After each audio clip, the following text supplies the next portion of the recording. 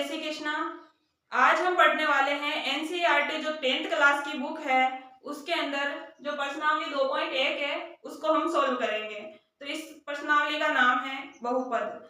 तो अगर प्रश्नावली का नाम ही जब बहुपद है तो हमें बहुपद के बारे में पता होना चाहिए कि बहुपद किसे कहते हैं। तो बहुपद का पता लगाने के लिए सबसे पहले हमें यह जानना जरूरी है कि चर और अचर क्या होता है। तो जैसे एक होता है चर और एक होता है अचर। अब चर किसे कहते हैं और अचर किसे कहते हैं? तो चर किसे कहते हैं? वह जो हम जैसे मानते हैं, हम बोलते हैं कि माना कि x, माना कि y, जो भी हम मानते हैं जिनका हम मान निकालते हैं और मान हमें चेंज होता रहता है तो उसे हम चर बोलते हैं। जैसे अल्फाबेट, जैसे हमने माना कि x, माना कि y, तो अल्फाबेट के जो भी अल्फाबेट होते हैं जैसे a, b, y, p, q, कुछ भी मान लो वो किस में आते हैं? चर के अंदर। यह लिख देती हूँ मैं y, p, q, a, extra जो भी मतलब हम मानते हैं अल्फाबेट्स जो होते हैं वो चर के अंदर आते हैं। और अचर किसे कहते हैं? तो अल्फाबेट तो चर में आ गए तो अचर वो होते हैं जो इस अल्फाबेट्स के आगे लगाते हैं। जैसे x के आगे ये हमने 2 लगा दिया तो यह तो हमारा हो गया चर। और इस चर के आगे जो यह है गिनती के अंक, ऐसे ही समझ लो कि गिनती के जो अंक होते हैं उनको हम अचर बोलते हैं। तो ये हमारा हो गया अचर।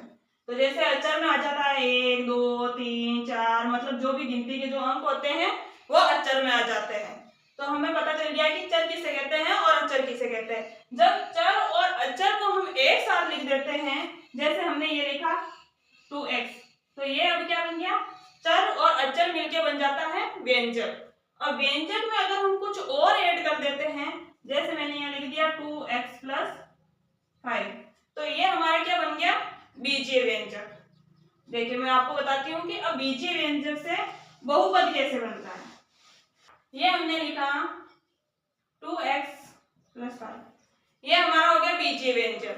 अब बीजीय व्यंजक से, जब बीजीय व्यंजक के अंदर ये जो चर होता है, इस चर में बहुपद का अर्थ यही होता है कि चर पर जो घात होती है वो पूर्ण संख्या होनी चाहिए। जैसे इस चर पर कोई भी घात नहीं दे रखी है तो हम मानते हैं कि इसकी घात 1 होगी, तो हमने यहाँ लिख दिया 1। तो ये क्या हो गई? पूर्ण संख्या है। पूर्ण संख्या किसे कहते हैं? पूर्ण संख्या होती है जैसे 0 से स्टार्ट होती है 1, 2, 3, 4, ये हमारी पूर्ण संख्या है। तो पूर्ण संख्या आ रही है इसके ऊपर, तो यानी ये क्या है? बहुपद है। जैसे हमने लिख दिया 2x² + 7, तो इसके अंदर x की जो ये चर है इसकी घात 2 आ रही है, मतलब 2 पूर्ण संख्या है, तो ये हमारा क्या हो गया? बहुपद हो गया। अगर मैं इसे ऐसे लिख दूं, तो अब ये बताओ कि x के ऊपर जो घात है वो पूर्ण संख्या है और ये जो बीजीय व्यंजक है वो बहुपद है? नहीं। क्यों? क्योंकि 2, और जब हम रूट हटाते हैं तो इसकी पावर लगाते हैं 1/2, तो x की पावर हमारी हो गई 1/2 + 7। अब देखो यहाँ पर है क्या? ये पूर्ण संख्या। इसके अंदर 0, 1, 2, 3, 4 ये पूर्ण संख्या होती है, 1/2 पूर्ण संख्या नहीं होती। तो ये क्या है? ये बहुपद नहीं है। तो आपको पता चल गया कि बहुपद किसे कहते हैं? बहुपद वह होता है जिसमें चर की घात एक पूर्ण संख्या हो। तो अब हम इसको सॉल्व करेंगे।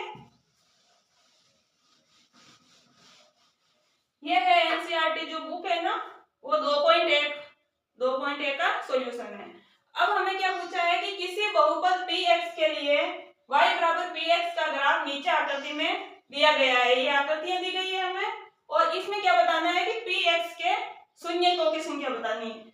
px के शून्यकों की संख्या बतानी है। px किसे कहते हैं? x वाले ये है, ये जो रेखा होती है आधार पर ये x होती है, और ये जो खड़ी रेखा होती है ये y होती है। तो हमें px पूछा है, यानी ये वाली जो रेखा है उस पर बताना है इसका px का मान, शून्यकों का मान। तो अब हम देखेंगे इसके अंदर, तो इसके अंदर देखो ये वाली जो x है, इस x पर कोई रेखा है, काट रही है क्या? नहीं काट रही है। ये तो y पर है, तो y वाले की तो गिनती होगी नहीं, x वाले की होगी। तो x पर तो कोई नहीं है, तो इसका मान px के शून्यकों का मान क्या हो जाएगा? 0। क्या हो जाएगा? 0।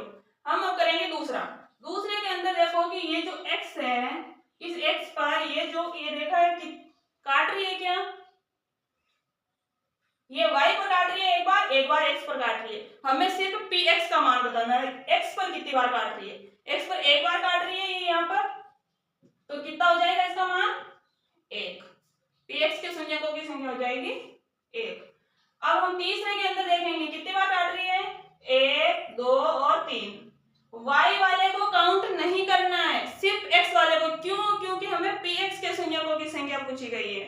तो हम क्या करेंगे, 1 2 और 3, ये वाला नहीं है, ये तो चतुर्थांश है, 1 2 और 3, तो इसका मान कितना हो जाएगा 3।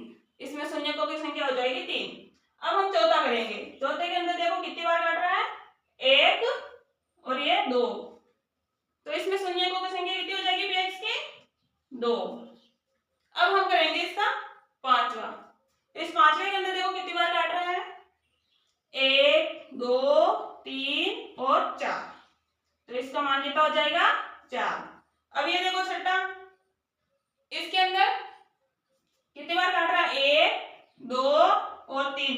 इस y वाली पर नहीं काउंट करना है, क्योंकि हमें सिर्फ px के शून्यकों की संख्या चाहिए। तो px के लिए 1 2 और 3, px के शून्यकों की संख्या हो जाएगी 3, क्योंकि ये 3 बार ही काट रहा है, x एक्सिस पर 3 बार काट रहा है। तो ये हो गई हमारी 2.1 कंप्लीट हो गई। 2.2 का सॉल्यूशन अगर चाहिए तो आप कमेंट करके बताइए, मैं आगे से आगे प्रश्नावली सोल्व करती रहूंगी। समझ में आया या नहीं आया वो आप कमेंट करके बताइए।